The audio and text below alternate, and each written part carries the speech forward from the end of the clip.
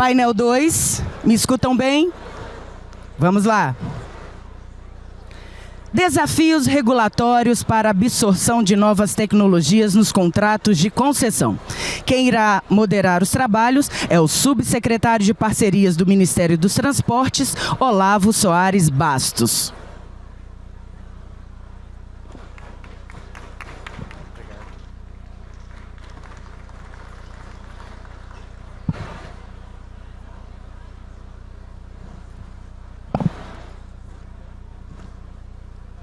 Boa tarde. Estão me ouvindo? Que o meu tá ok. Ótimo. Boa tarde, a gente vai dar início aqui ao painel de desafios regulatórios para a absorção de novas tecnologias nos contratos de concessão. E nesse sentido a gente tem hoje aqui um painel muito qualificado, com profissionais de extremo gabarito. E eu gostaria de começar convidando o advogado Fernando Vernalha para compor o painel. O Dr. Fernando é mestre e doutor em Direito pela UFPR, em Direito do Estado. É sócio do escritório Vernalha Pereira e vem aqui contribuir com o nosso painel. Em seguida, eu gosto... Você está no canal 2, hein? Você não está ouvindo? Põe no 2. Eu tô, mas não estou ouvindo, não. Não está ouvindo? Vou aumentar aqui. Em seguida, eu gostaria de chamar o diretor de operações da Agência de Transporte de São Paulo, Dr. Santi Ferri, doutor e mestre em Engenharia de Transportes pela USP, que também vem para contribuir aqui com o nosso debate. Tanto faz, Tanto faz. Dando continuidade, gostaria de convidar a subprocuradora-geral da NTT, doutora Valesca de Souza Gurgel, especialista em Direito Público e Direito Processual Civil, mestre em Direito e procuradora federal.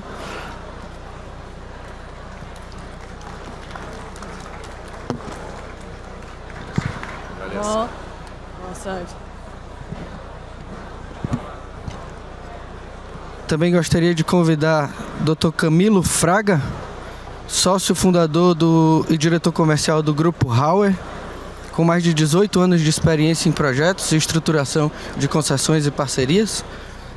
E por fim, mas não menos importante, nossa advogada, doutora Letícia Queiroz de Andrade, professora e doutora em Direito Administrativo pela PUC São Paulo, que vem para compor nosso painel e darmos início a esse debate. Bem-vinda.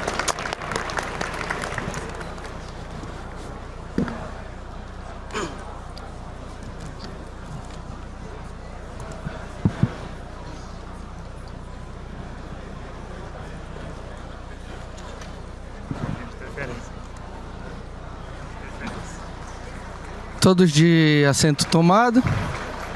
Vamos então dar início às nossas discussões. É um tema muito relevante porque nós vivemos um mundo moderno onde as transformações tecnológicas acontecem muito mais rápido do que instrumentos contratuais e instrumentos de direito administrativo se transformam. E a gente tem aqui um momento especial para esse debate. No ambiente de concessões, muitas vezes, a gente vê uma visão dicotômica, onde dizem que a absorção e a implementação de tecnologia é amiga e outros dizem que ela é inimiga das inovações tecnológicas. Os que defendem como um lado bom, eles defendem que novas tecnologias são impulsionadas, inclusive, pela regulamentação. E como um caso prático disso, odierno de hoje, temos o Free Flow, né, a tecnologia do pedágio sem barreiras. Também temos a pesagem em movimento e os próprios drones sendo usados para fiscalizar rodovias. Estão sendo implementados nos contratos, os novos contratos de concessão do Ministério dos Transportes já contemplam essas tecnologias e, nesse sentido, os defensores de que a regulamentação é amiga da tecnologia vão afirmar que ela é positiva. De outro lado, os defensores da segurança jurídica e de um enrijecimento do dos contratos e da adoção dessas tecnologias no contrato vão dizer que ela dificulta o acompanhamento dos avanços tecnológicos. E que muitas vezes os contratos da década de 90, do início dos anos 2000, devem ser observados rigorosamente. Eu, pessoalmente, acredito que deva ser a visão da grande maioria, acreditamos que deve haver um caminho do meio, um caminho que haja flexibilidade sem abrir mão da segurança jurídica. Deve haver flexibilidade sem abrir mão de que tecnologias sejam absorvidas para acompanhar os avanços da modernidade. Então, no presente painel, como eu acabei de anunciar o nome de todos, nós temos profissionais extremamente gabaritados, experientes, qualificados acadêmica e profissionalmente, para ampliar esse debate e levar a esse público extremamente seleto um pouco de informação e das perspectivas que temos para as novas tecnologias.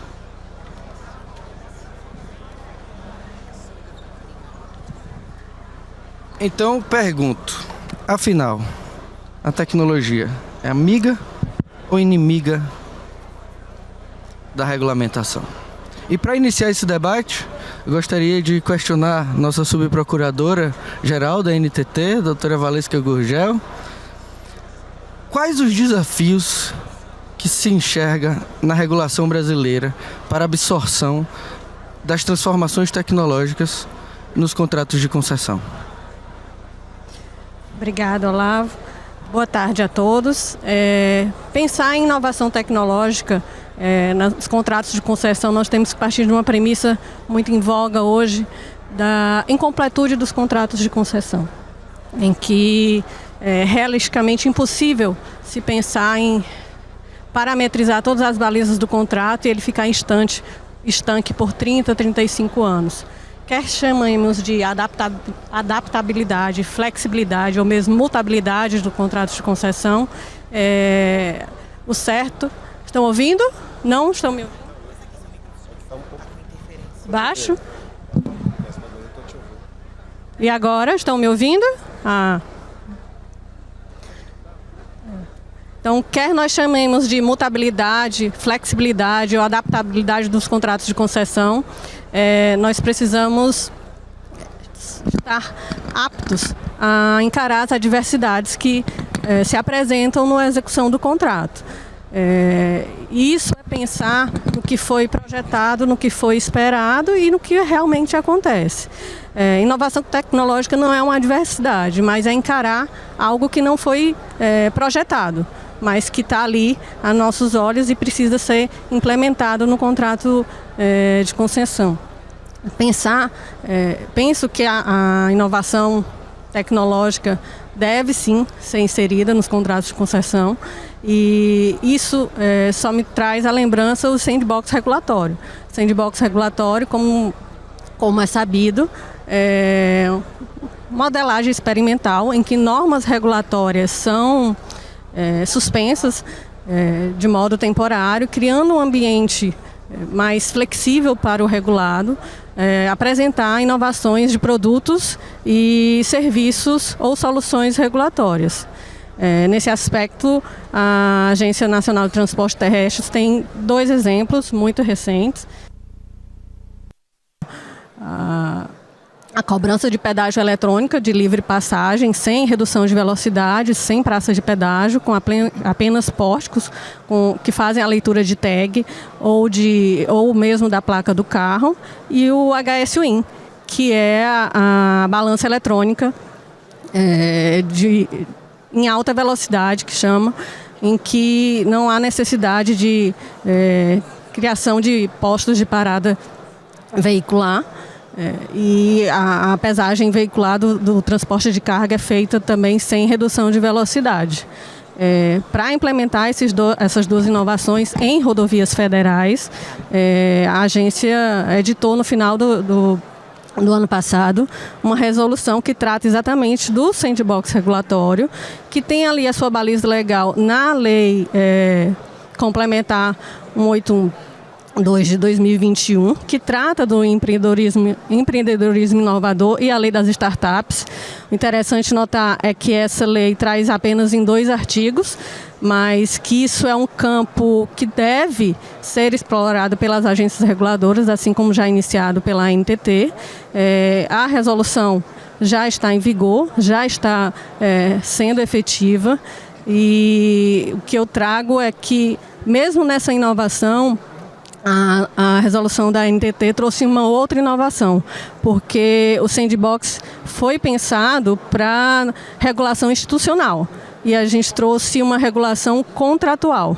Então, o contrato, aquela relação que está contratualizada para a implementação de Sandbox tem uma adaptação temporária. Então, é firmado um termo aditivo temporário em que algumas obrigações iniciais do contrato são suspensas para fins de implementação do Sandbox, de teste daquela modelagem, se vai funcionar, se não vai funcionar. O Free Flow e o HSWin já estão em funcionamento, o Free Flow numa fase mais avançada, mas ambos são Sandbox em contratos. Não é oriundo de uma regulação institucional. Então, ambos foram firmados contratos temporários, aditivos temporários aos contratos de concessão, e estão hoje sendo implementados. Então, eu gosto de dizer que na era da inovação, da inclusão tecnológica, a agência inovou dentro da inovação, que a gente não conhece um outro caso em que a regulação contratual tenha sido objeto de experimento de Sandbox e que está em funcionamento. É isso. Obrigada. Parabéns, doutora Valesca. É importante ver que a agência já engloba e já incorpora esses adventos tecnológicos, dando uma solução, né? E mostrando que o caminho do meio está em andamento. Ele já está acontecendo hoje no Brasil. E dando seguimento ao painel, agora eu vou direcionar a pergunta ao nosso colega Santi Ferri, diretor de operações da Artesp. Então, doutor Santi, na sua opinião, a regulação ajuda ou atrapalha a evolução tecnológica? Seria o caso da gente pensar em uma regulação por desempenho, em exigências de meio? Será o caso de, eventualmente, nas revisões ordinárias, a gente passar a integrar esses adventos tecnológicos? Quais são os desafios burocráticos que você enxerga nas agências reguladoras para a gente poder implementar e desenvolver as novas tecnologias? Bom, vamos lá. Então, obrigado pelo convite, né? Eu ajudei um pouco também a organizar o evento aí, então eu acho que está sendo um sucesso por enquanto. Aí eu acho que tá sendo bem agregador, né? Então, a regulação, eu entendo que ela ajuda, né, a questão do desenvolvimento das tecnologias. Tanto é verdade que a gente pode comprovar isso, né? Os últimos editais aí que saíram em São Paulo, de 2015, 2017 para frente, tem uma série de tecnologias novas. Por exemplo, a própria Balanço Win, né? E a questão de sistemas digitais de aquisição e armazenamento de informações que servem para regulação, para ajudar o usuário. Então, isso está sendo desenvolvido e a gente está vendo o resultado disso. O pessoal da NTT ontem fez uma visita lá no nosso CCI. Eles ficaram bem impressionados. A gente tem muito a desenvolver ainda, mas o pessoal, a NTT também tem bastante coisa. A gente quer trocar essas experiências. Então, assim, aí você vê que nos contratos antigos não tem essa evolução que a gente tem nos contratos novos. Por quê? Justamente porque a regulação não colocou isso no contrato e a gente precisaria, por exemplo, de uma revisão ordinária para fazer isso. Só que a gente acaba muitas vezes esbarrando na burocracia, né? Eu sou engenheiro, então, assim, do ponto de vista da tecnologia, eu sempre, né, eu vejo a tecnologia, eu vejo esses stands todos aqui e eu fico bolando um monte de ideia na minha cabeça. Então, assim, hoje a tecnologia não é um desafio. A tecnologia, tudo que você pensar, a tecnologia faz. O nosso desafio é conseguir contratar, conseguir padronizar a informação, conseguir mudar a cultura, né, tanto de quem trabalha no setor, quanto, né, de toda a sociedade, na verdade. A gente está vivendo uma mudança de chave, né? Hoje em dia, a questão da inteligência artificial, ela veio assim, derrubando uma série de barreiras que a gente pensava que nunca seria possível quebrar. Hoje a gente está vendo elas serem quebradas. Isso, e assim, para a gente conseguir também desenvolver isso, eu acho que a gente tem que passar muito por um processo de padronização, né, de processo. Então, assim, eu falaria nessas 3 palavras-chave aí, né, que tentar eliminar um pouco a burocracia, né, vencer essa burocracia, mudar um pouco de cultura e fazer a padronização. Tanto por isso também que a gente tem a maior boa vontade de conversar com o DR, com o NTT, com o DENIT e padronizar tudo que é informação que a gente recebe e armazena, o formato que a gente vai armazenar e distribuir isso para o usuário, para a universidade, né? Porque às vezes eu fico me perguntando, né? A gente tem aí quase 30 anos de concessão, né? E o que tudo isso gerou de dados para, por exemplo, para dentro da agência reguladora que a gente conseguiu aproveitar para aprimorar o nosso processo, para colocar isso para a universidade, né, para devolver isso para a universidade, para que ela devolva em pesquisa e desenvolvimento, porque assim, a gente não evolui sem pesquisa e desenvolvimento. Então, assim, isso é uma coisa assim, né, que a gente tem que promover pensando nesse ciclo, né?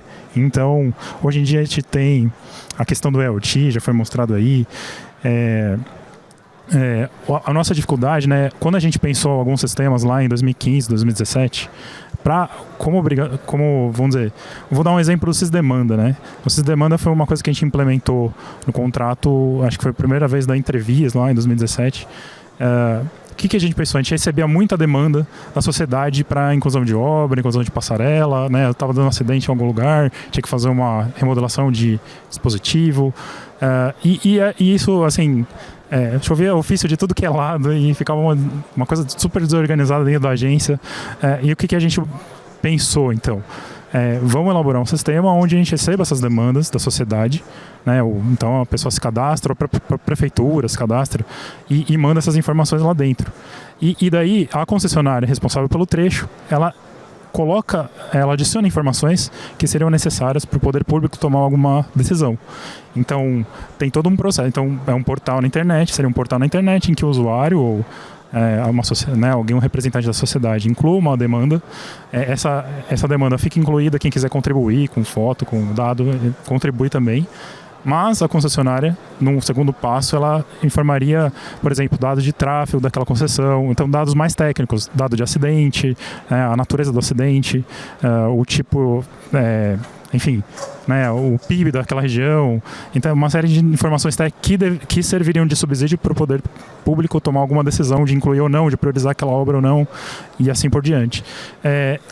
E daí a gente enfrentou uma burocracia dentro da agência que é o seguinte: como é que a gente vai fazer isso se a gente não pode contratar com serviço continuado, né? Então, porque, né, a gente vai fazer uma licitação 8666 por 5 anos no máximo, aí talvez tenha que trocar a plataforma, ou, né, lá depois de 5 anos a gente não vai conseguir armazenar esses dados por mais tempo, né? Então aí a ideia foi, naquele momento, né, uma das ideias que surgiu foi: vamos colocar isso como obrigação para a concessionária fazer. Então, essas concessionárias, Entrevias, Via Paulista, Eixo, as próximas que vieram depois de 2017, todas elas têm essa previsão. Só que qual está sendo, eles desenvolveram esses sistemas. Só que qual que está sendo o nosso problema agora, nesse momento? Cada concessionária desenvolveu o seu. E assim, a gente não consegue integrar. Então, como é que a gente vai integrar para mostrar isso para o usuário, para mostrar isso para o governo, né? Então, foi uma coisa que até eu provoquei a BCR, porque, né, acho que faz todo sentido a BCR fazer esse papel de integrador. Então, é muito mais fácil e também é muito mais barato, né? Por exemplo, um ente desenvolve, né, contrata, desenvolve e rateia entre os interessados do que cada um contratar o seu. Então, assim, a nossa ideia agora é justamente ter isso, fica mais padronizado, óbvio, um só desenvolve e todos contribuem, vamos dizer assim, né? É um gasto só para ratear entre 5 ou 6, ao invés de ser um gasto de cada um por vez. Mas assim, eu também queria colocar, além disso tudo, né, o que a gente pode ainda fazer, né? O que a gente está pensando em fazer. A gente está pensando em fazer é colocar... A gente já tem sistema de CFTV, por exemplo, nas nossas concessões, a maioria das concessões aí, pelo menos as últimas, CFTV 100% de cobertura. O que a gente pode incrementar com, né, o que está vindo de tecnologia? Reconhecimento de imagem. Então, um reconhecimento de imagem para fazer, para saber onde o usuário entrou e saiu da rodovia, para que ele pague, por exemplo, por trecho percorrido, dá para fazer.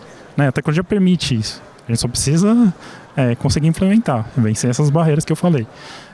A gente pode usar isso para controlar a velocidade ou fazer pesquisa de velocidade para ver se isso está influenciando ou não na questão do V85 lá, que é a velocidade operacional da rodovia.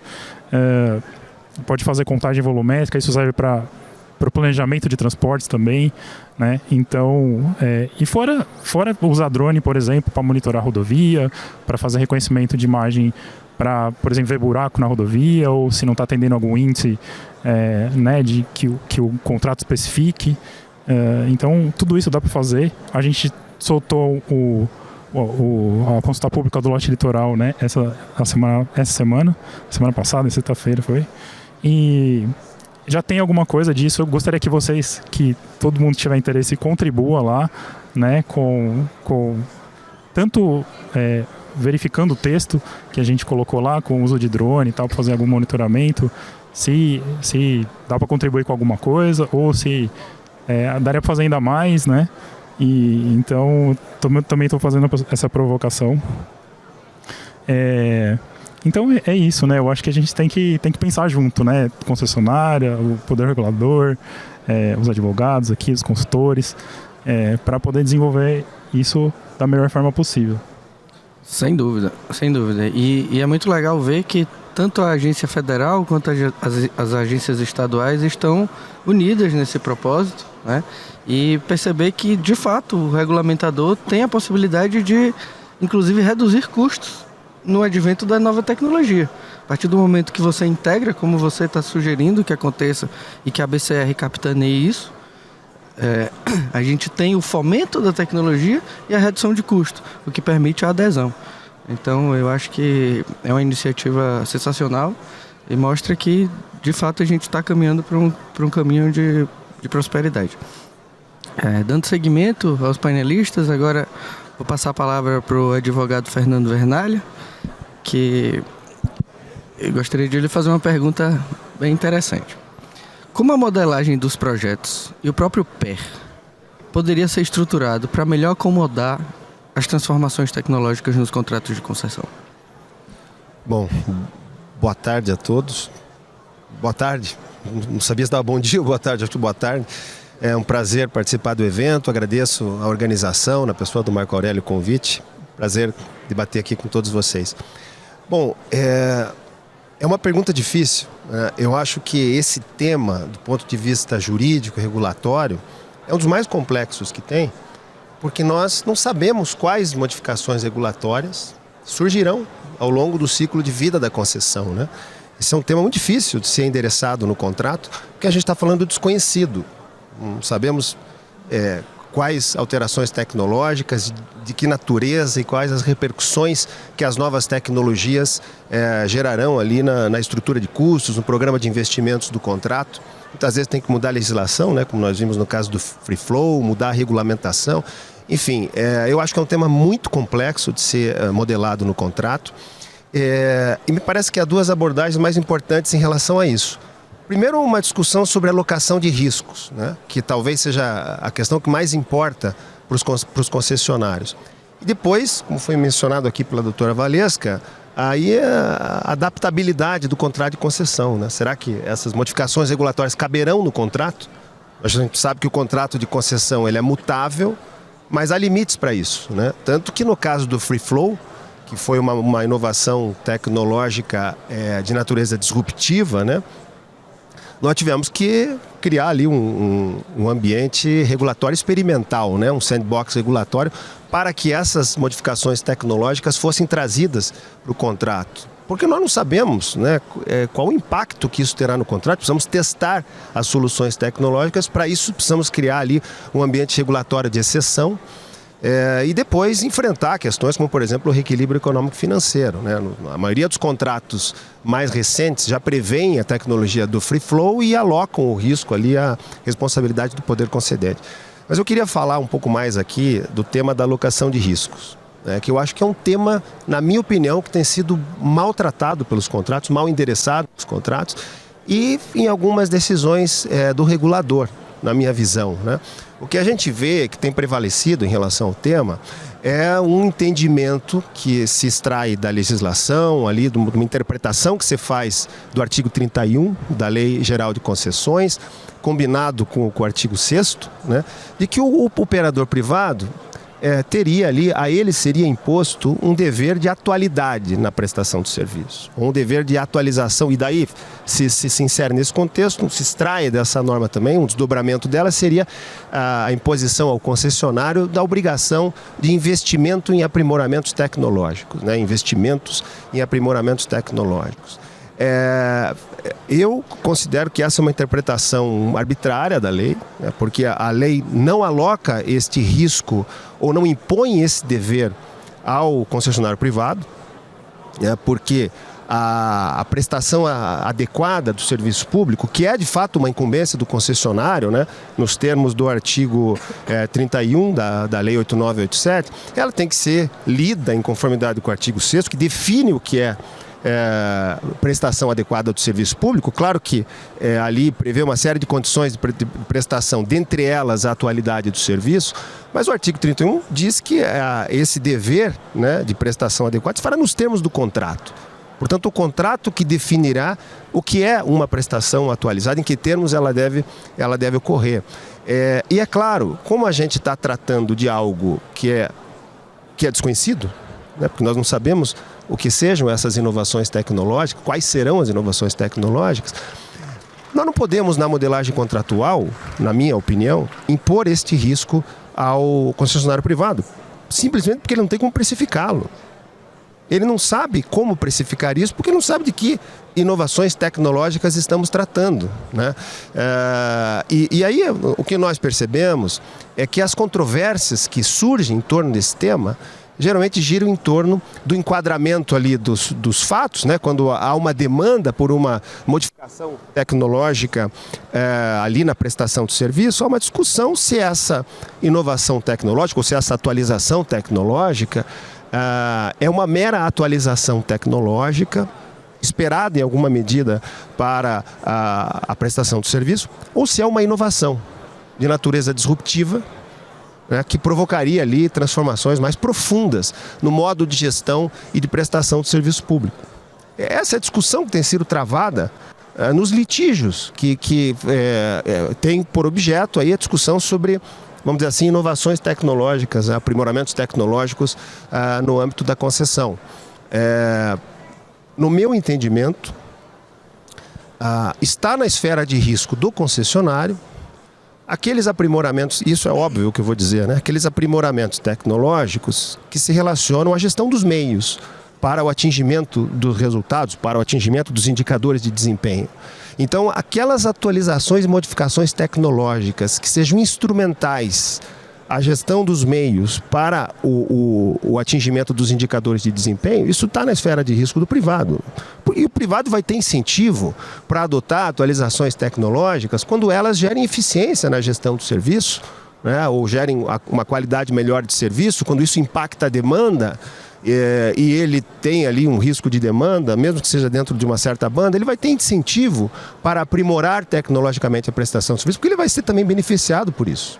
Então há uma estrutura de incentivos ali que já naturalmente gera um incentivo para que o concessionário privado opte por tecnologias mais atuais na gestão e prestação do serviço público. Agora, aquelas modificações tecnológicas que dizem respeito à atividade fim da concessão, né, ali a prestação do serviço ao usuário, aí eu entendo que precisa haver o reequilíbrio econômico financeiro. Eu entendo que nós não podemos alocar este risco à esfera do privado, do concessionário, no âmbito ali da matriz da alocação de riscos do contrato, simplesmente porque o privado não tem capacidade de precificar esse risco. né? E isso, do ponto de vista das regras que orientam a alocação de risco, seria uma alocação inequivocamente ineficiente do risco, porque é um risco incontrolável pelo concessionário privado. Ele não tem como controlar esse risco. Se ele não tem como controlar, ele não tem como precificar. E ele não tem como controlar por uma razão muito óbvia. Volto a dizer, desculpe insistir nisso, mas me parece que a gente está falando do desconhecido, né? É um conceito aberto, o conceito de aprimoramentos tecnológicos, atualizações tecnológicas ou inovações tecnológicas. Então, eu acho que a grande dificuldade desse tema está em alocar os riscos ali e responsabilidades relacionadas às atualizações tecnológicas, mesmo atualizações tecnológicas que não tenham um impacto econômico mais significativo na estrutura de custos, no programa de investimentos do contrato, mesmo essas, nós não podemos alocar isso à responsabilidade do privado. Não é uma questão do tamanho do impacto, é uma questão da impossibilidade de se prever, de se antever essas modificações tecnológicas que gerem possibilidade de precificação disso. Se não há possibilidade de precificação, nós não devemos alocar esse risco à esfera de responsabilidade do concessionário privado. Então, eu acho que esta é uma questão que tem sido, na minha opinião, né, com todo respeito, evidentemente, às decisões regulatórias que têm um sentido diferente, eu acho que está sendo maltratado, mal endereçado pelos contratos, porque, na minha visão, esse não é um encargo que se possa atribuir ao concessionário privado. E não acho que a Lei Geral de Concessão tenha atribuído essa responsabilidade ao privado, como eu disse, pela interpretação que se faz ali, especialmente da dicção do artigo 31 da Lei Geral de Concessões, que expressamente fala, quando fala na prestação do serviço adequado, como encargo do concessionário, diz que isso é encargo do concessionário na forma prevista no contrato. E o contrato não deve... porque se a gente olhar, a grande maioria dos contratos usam ali locuções muito genéricas sobre o assunto, há previsões esparsas no contrato. Então você não sabe exatamente que obrigação é essa que está sendo imposta ao concessionário. O concessionário não sabe o que entregar e o regulador não sabe o que cobrar. Porque se fala em atualizações, modernizações tecnológicas, se utiliza dessas expressões mais gerais, um não sabe o que fazer e outro não sabe o que cobrar. Então, eu acho que como que a gente pode melhorar a modelagem dos contratos? Com ali regras mais claras em relação a isso, né? E com uma alocação de responsabilidades aí em relação ao tema, ao concessionário no que diz respeito à gestão dos meios, porque eu acho que naturalmente a gestão de meios é risco, esfera de risco do privado, e a gente vê que alguns contratos até chegam a dizer que o concessionário está obrigado ali a manter a atualização tecnológica, a investir em tecnologias, dos equipamentos, dos materiais aplicados na construção, na prestação. Olha, isso é a gestão do meio do concessionário. Os projetos, né, os anteprojetos que instruem as licitações de concessão tem que ter nível de anteprojeto. O detalhamento é a esfera de risco do concessionário. Ele é que fará depois o projeto, é aprovado, né, pelo regulador, mas as escolhas técnicas inerentes ao detalhamento do anteprojeto é um risco do concessionário privado. Isso é gestão de meios, né? Então, tudo que disser respeito à gestão dos meios, e aí é óbvio isso que eu estou dizendo, mas assim, as escolhas técnicas e os eventuais investimentos em atualizações tecnológicas, logicamente que estão aqui na esfera de risco do concessionário privado. Agora, as outras inovações tecnológicas, sejam atualizações, sejam inovações, sabe-se lá o que esses significantes, o significado desses termos, né? Mas, enfim, eu acho que aí tem que gerar o direito a reequilíbrio econômico-financeiro pelo concessionário, porque a gente está aqui no campo do desconhecido e o concessionário privado não tem como precificar esse risco, é simples assim. Obrigado. Muito bom, e eu acho que essa sua fala está muito alinhada, inclusive, com o que o ministro Renan Filho vem dizendo lá no Ministério dos Transportes, das diretrizes. Um dos pontos, inclusive, que ele menciona muito é que um contrato de concessão, às vezes, é muito superior do que os contratos de casamento de hoje em dia, né? E se você parar para pensar, 35 anos é meu tempo de vida, né?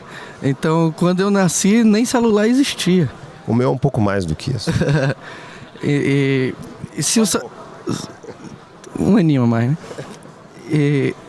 E E se quando eu nasci o celular não existia e hoje a gente vê uma evolução que em 5 anos a gente já está fazendo FaceTime, em breve a gente está com outra tecnologia que a gente não sabe, não consegue prever, né? A gente não pode ter um contrato enrijecido e não permitir a adaptação a essas mudanças. E na esteira dessa discussão, eu acho que a próxima palestra da Letícia vai vir muito bem a calhar, porque aborda em alguma medida essa temática.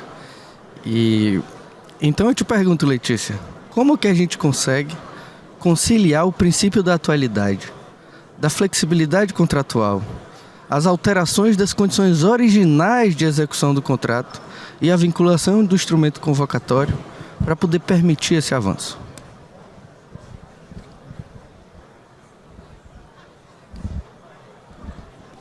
Alô? Pronto. Bom, primeiro minha saudação aqui a todos os meus colegas de painel e a todos aqui que nos ouvem. Queria agradecer a BCR por estar aqui com vocês hoje nessa oportunidade de discutir esse tema, que é um tema dos mais palpitantes aí da pauta mundial, que é essa relação, esse entrosamento entre o binômio, regulação e inovação, né? Também acho que é um caminho do meio, eu acho que depende do conteúdo da regulação, da forma de regulação, mas a gente hoje aqui falou de um excelente exemplo. O sandbox regulatório, para mim, é um exemplo excelente de como que a regulação pode criar esse ambiente experimental e testando iniciativas para chegar numa regulação ótima, né? E a Artesp também, aqui representada pelo Santi, né, tem feito uma série de... Sempre foi, né, de fazer projetos pilotos que testassem, né, a questão do ponto a ponto, por exemplo, vai vendo o que dá certo, o que não dá certo, né, do ponto a ponto, se não me engano, originou a figura do DUF, do desconto de usuário frequente. Então, a Valesca destacou também que o sandbox ele serve não só para produtos e serviços inovadores, mas também para soluções regulatórias inovadoras, né? Eu acho que isso é bastante interessante. Mas falando aqui do meu tema, que já é bem rico, né? Eu estava comentando aqui com meus colegas antes de entrar que princípio da vinculação ao instrumento convocatório, né? Aquilo é um dogma, né? Vinculação ao instrumento convocatório. E daí eu fui usar a inteligência artificial e fui pesquisar nas leis, né, na Lei 866, na Lei 8987. Eu até tinha trazido uma apresentação para compartilhar esses resultados com vocês, mas compartilho por aqui. Na Lei 8987, na nova lei, na 13.144, na nova lei de licitações, para ver quando que esse princípio, como que ele aparecia, né? E daí eu vi, primeiro na Lei 866 tinha 33, estou com a memória boa, 33 ocorrências. Dessas 33 ocorrências, 26 estavam na seção da lei que se refere à licitação.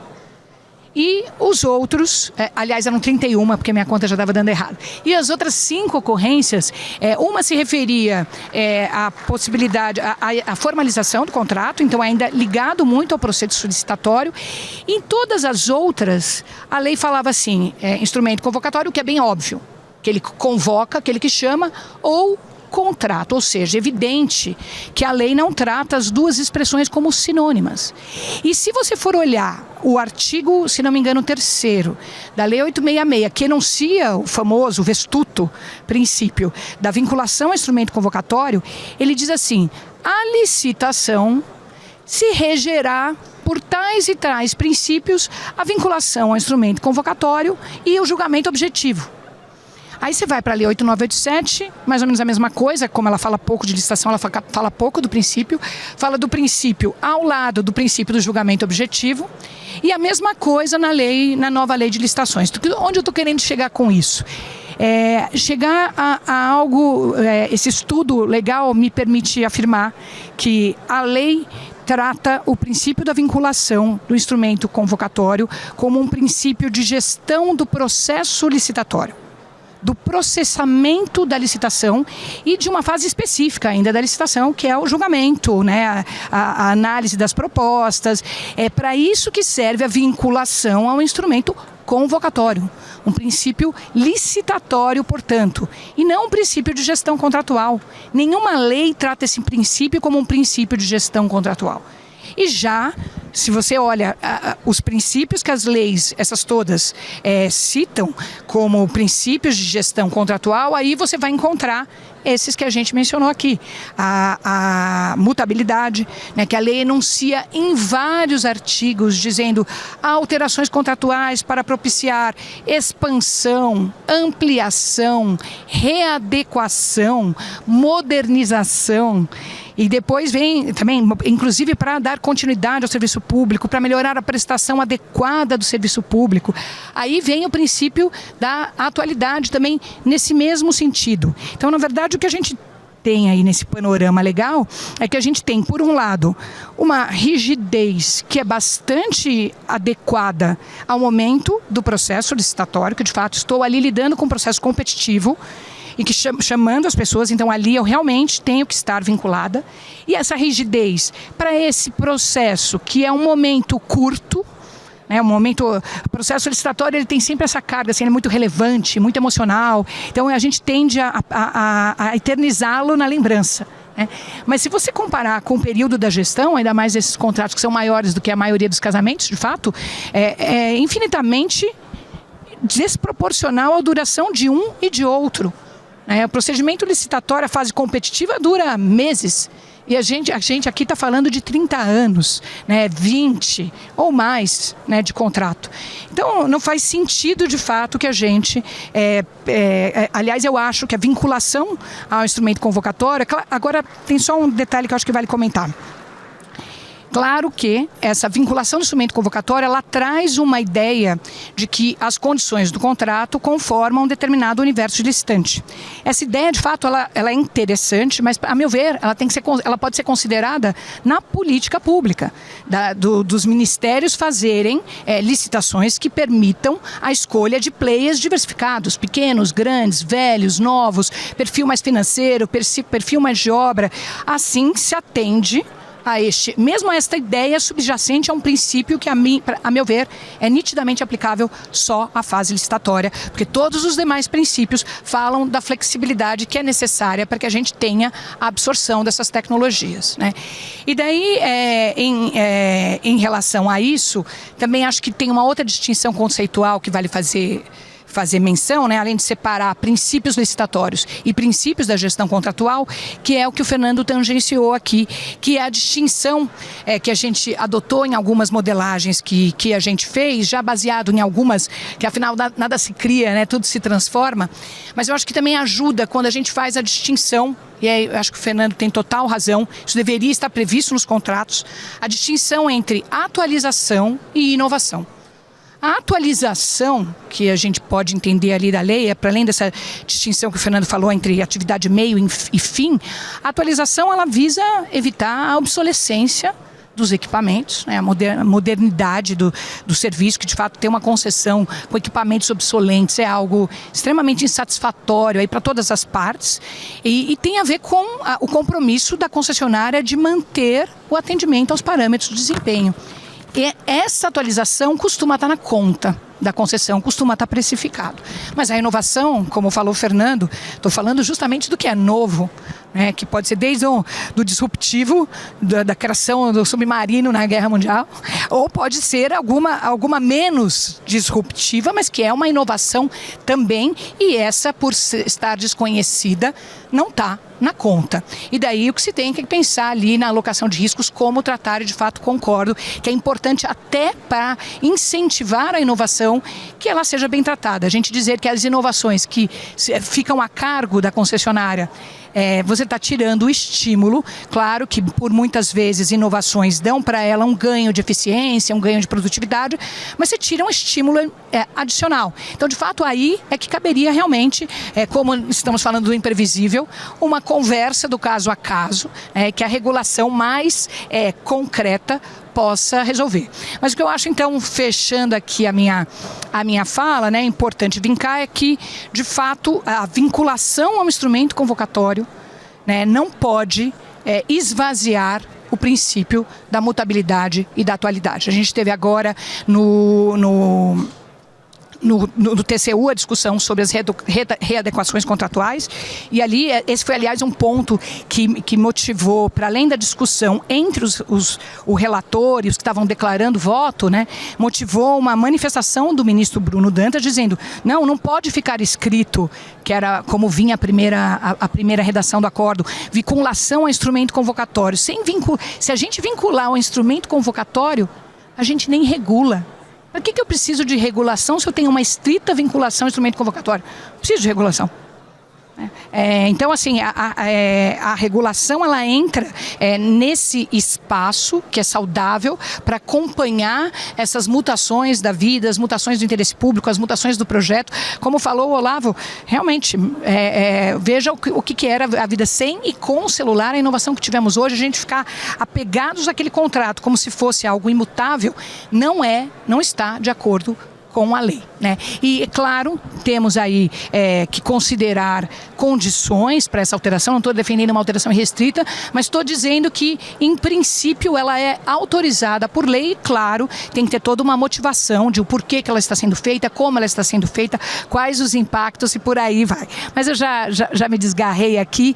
Então é isso, e daí só mencionando especificamente sobre o tema da modernidade, embora eu não tenha saído dele, a gente tem não só esse precedente aí do Tribunal de Contas, deixando claro, né, que ninguém está agarrado a instrumento convocatório, bem nessa linha aí que eu tenho pensado, que é algo que realmente se refere ao processo licitatório, mas também temos decisões do Supremo, e era isso que eu acho que era o meu último slide aí, no sentido quando se trocou a tecnologia de analógica para digital, e se fez uma alteração nos contratos, dizendo que isso não desnaturava o objeto, que no fundo a tecnologia em si não tinha uma mudança, e vejam como é relevante. Então, o Supremo validou por meio de uma ADI, foi uma decisão relatada por o ministro Carlos Aires Brito, este tipo de alteração, desde que você não desnature o objeto. Claro que falar sobre o que é desnaturar o objeto daria aí, como disse o Olavo,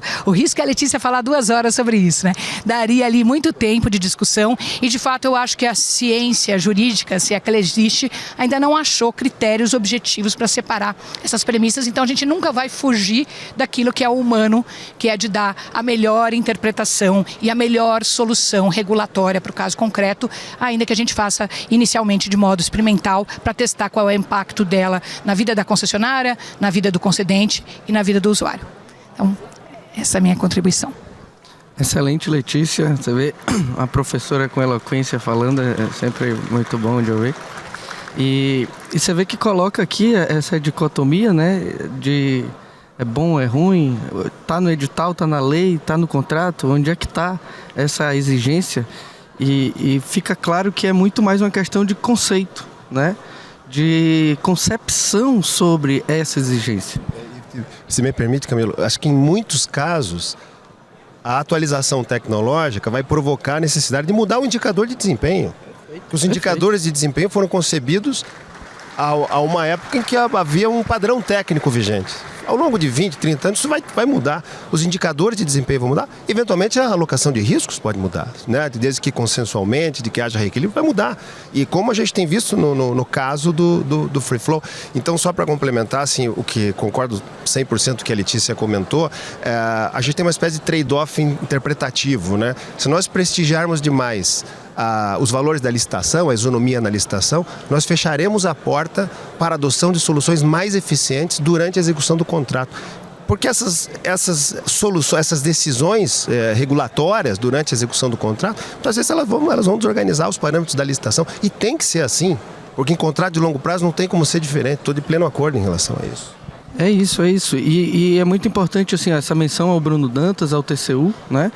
Semana passada a gente teve uma decisão inovadora do TCU, onde ele reconhece que é impossível prever o futuro, né? Que é um prazo muito longo de contrato. E o Ministério está totalmente atento a isso, e é muito bom ouvir isso aqui, discutir isso com vocês, porque mostra que realmente a gente está caminhando para o lugar certo, né?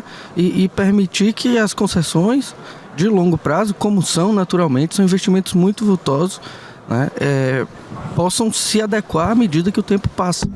E nesse sentido eu acho que, só complementando também uma fala da Letícia, onde ela diz que cada perfil de investidor, né, a gente também está atento a isso. O ministro falou agora há pouco também na sua fala de abertura, as concessões de manutenção que a gente deve estar lançando nos próximos anos, ela tem o condão de trazer esses players que têm um menor potencial financeiro, justamente para permitir que novas contribuições aconteçam e que a gente consiga evoluir ainda mais. E eu acho que, como subsecretário de parcerias e responsável por conduzir as sondagens de mercado, os roadshows, a gente ouvir aqui, né, nesse ambiente qualificado, que esse caminho é o que deve acontecer, é muito satisfatório e mostra que a gente está, de fato, ouvindo do jeito certo para solucionar problemas antigos com soluções novas.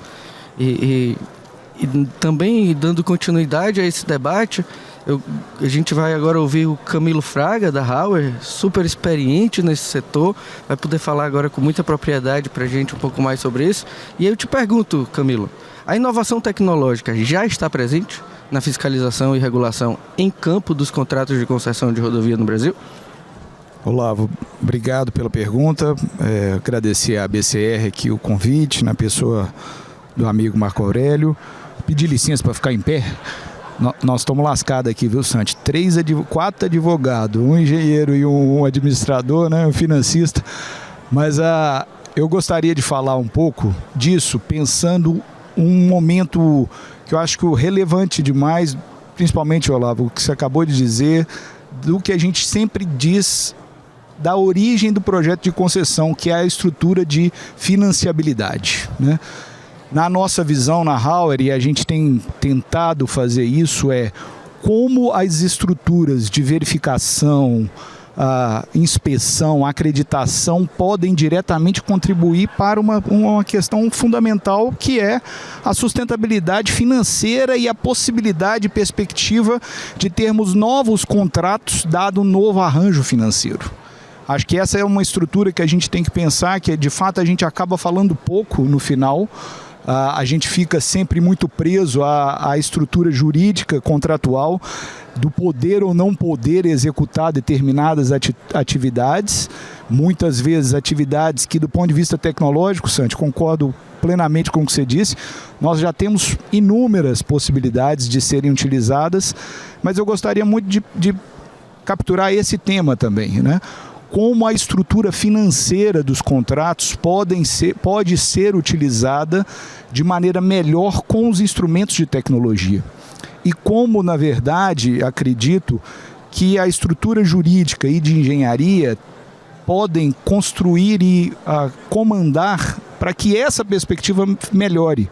Porque no final das contas o que nós estamos dizendo aqui se um concessionário consegue acessar um capital mais barato, isso provavelmente vai se repercutir em uma tarifa menor, em um pedágio mais barato ou em outros serviços a serem executados pela concessão. E às vezes a gente se esquece desse ponto, né? Qualquer que seja o contrato de concessão, ele é um modelo econômico-financeiro, né? Ele é um business plan. Então, essa estrutura, eu gostaria muito de que todos vocês conhecessem. A Hauer está aqui com o stand. Nós já somos verificador independente de vários contratos de concessão, sem falsa modéstia, com uma liderança nacional nesse assunto. E eu gosto muito de frisar alguns exemplos bastante típicos nessa estrutura de como o verificador independente permite, dada não a estrutura do verificador, mas a tecnologia que o verificador embarca, contribuir para os contratos de concessão, né? A gente tem um contrato de verificador bastante antigo e que para nós é um orgulho, na rodovia MT-100, lá no Mato Grosso, da Conasa, a principal acionista, e a gente teve o prazer lá em Mato Grosso de ser o modelador. Então nós fomos contratados pelo governo do estado para ser o modelador, então nós modelamos essa rodovia e há 3, quase 4 anos, somos agora o verificador independente.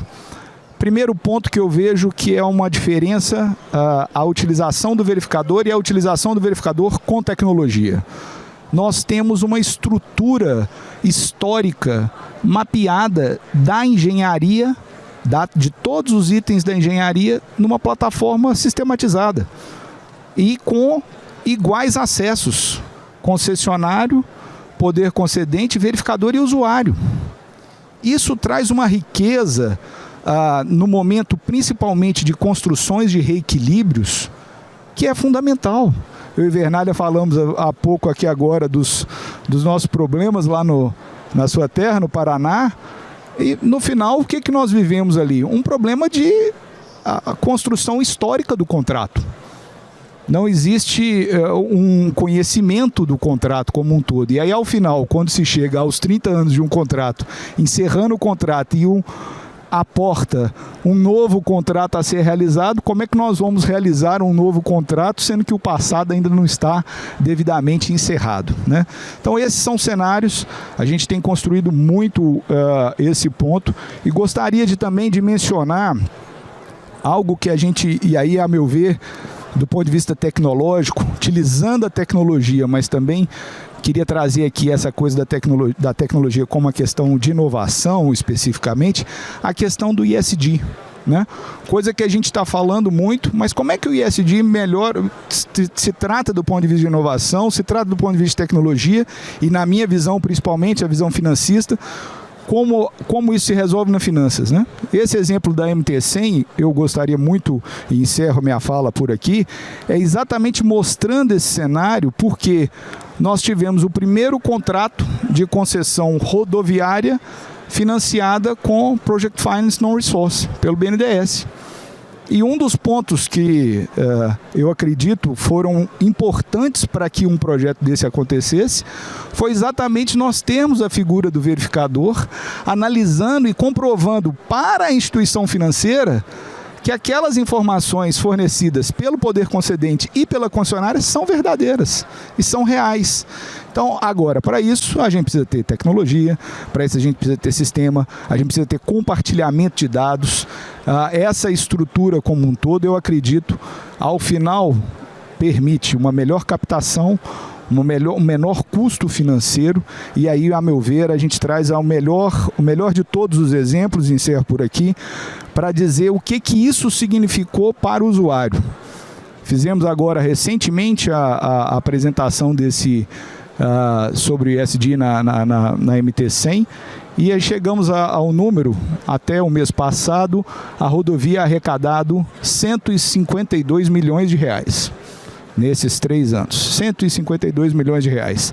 Mas contabilizando pelo ESG, pelos ODS, e o que isso significou de resultado ao usuário, nós alcançamos 468 milhões de reais. 3-1. Ou seja, agora isso também só foi possível mensurar isso e demonstrar isso porque nós temos estrutura tecnológica, de inovação, de sistema aplicado à concessão da rodovia. Então, mais uma vez, Olavo, prazer, muito obrigado por estar aqui. É ruim falar por último, mas é bom também porque eu acho que a gente faz um fechamento aqui de toda esse painel, no sentido de que nós temos que também lembrar da inovação do ponto de vista financeiro. E aí, defendendo o meu peixe aqui, uma vez que a banca são muitos advogados, nós temos que tentar reduzir os nossos custos de capital. Na minha visão, a tecnologia, ela contribui com a engenharia, ela contribui com o direito, mas principalmente ela vai diminuir o custo financeiro de uma concessão e, por sua vez, criar novos produtos a esse mercado com uma menor tarifa e, obviamente, otimizando o interesse do usuário. Prazer estar aqui, obrigado, viu? O Sente quer fazer uma colocação? Só... Tá funcionando? Alô? Tá funcionando. Só fazer um comentário aqui. Eu acho que muito do que foi dito, né, a gente tem essas discussões lá dentro da agência e tudo, mas e até puxando o gancho de uma pergunta que você fez, eu acabei não respondendo, que é a questão de especificar o fim, né? Então, assim, a gente precisa de um sistema de comunicação com o usuário sem fio. A gente não precisa de um sistema Wi-Fi. Então, assim, o pessoal confunde, né?